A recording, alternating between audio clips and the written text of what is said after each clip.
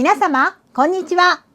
ナオミライフのナオミです。今回もご覧いただきましてありがとうございます。今日は2025年2月18日火曜日です。今回の動画は皆様方に心配いただいている内容の結果報告の動画になります。まず本日午前中に抗がん剤治療を終えて経過観察に入りましたが、9ヶ月目の検診に行ってきました。血液検査と細胞ですね、頸部の細胞診とそれから超音波の検査、その3種類をしてきました。細胞診に関しては3月4日の日に結果が出るということですけれども、超音波の結果も全く問題なくて、そして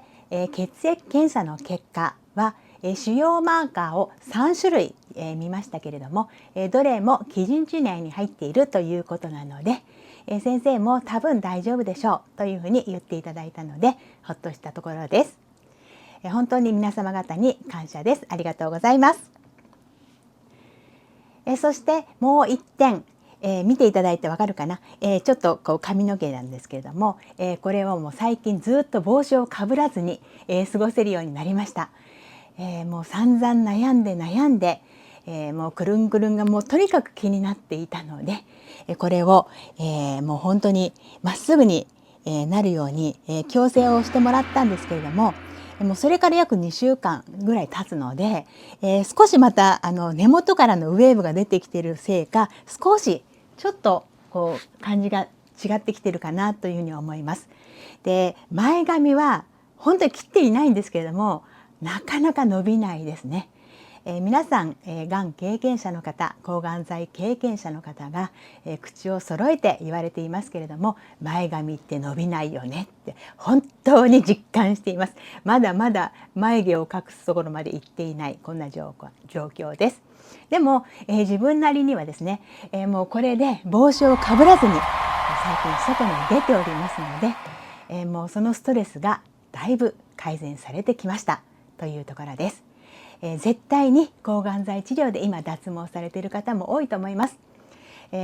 今現在ですね、私の過去の動画に未だもってコメントをいただいております。たまたま、同じタイミングで今がん治療されている方のお役に立っているんだなと思うと本当に嬉しい限りですが、私の動画の内容だけでなくて、そこにいただいているがん経験者の方たちのコメントなどもぜひお読みいただいて参考いただければなというふうに思っております。もう一緒に乗り越えていけたらなというふうに思います。頑張る必要はないですよ。頑張る必要はないです。体の声にちゃんと耳を傾けてあげて、そして乗り越えていきましょうというところです。こんな感じかな。あともう一点、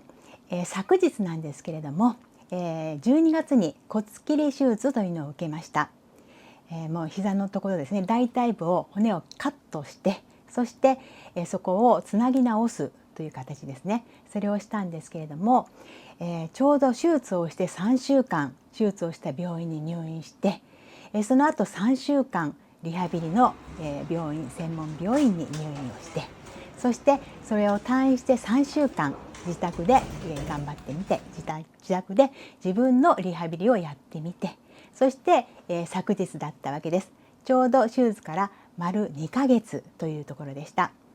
で、私的にはとっても体調が良かったので、もう先生に、名前を呼ばれて中に入る瞬間、先生ものすごい調子いいよ私っていうふうにお話ししたら、先生もニヤニヤ笑ってそれでだろうねって、この結果はすごいよって言ってくださって、でとりあえず席に座ってって、落ち着いて座ってって言われたので、じっくりレントゲンの写真を見てお話を伺ったわけです。そうしたらですね、2ヶ月でここまでつくことは珍しいと言われるぐらい骨のつきがものすごく良いみたいです。通常は3ヶ月か4ヶ月、骨がつくまでにはかかるということです。で、私のように年を取って60代以上ですから、なかなかつきが若い人に比べて悪くなるのは当たり前なんだけれども、直美さんの場合すごいね、もう9割方ついているというふうに言っていただいて、もう私も本当ですかって、調子はいいけれども9割って思ってレントゲンを見させていただきました。ちょうどもう本当にパスッと切ってあるので、最初と最後の部分ですね、そこら辺がまだちょっと、空間があるかなというふうに思いましたけれども、真ん中の部分はもう本当に真っ白く、ついているような状態になっていましたので、来月ですね、また1ヶ月後、3月の17日の日に今度は CT を取って細かい内容ですね、骨の内容を見ていくという検査をしますけれども、それまでの間は、外では杖をついて、安全に歩いてねというふうに言われましたけれども、基本的にはもう杖がなくても、大丈夫なぐらい9割方ついているというふうに言われてほっとしています。そして最後にですね、リハビリの方に1回回って、で、確認のために筋力を調べてくださいというふうに言われたので、昨日リハビリの方にも回って、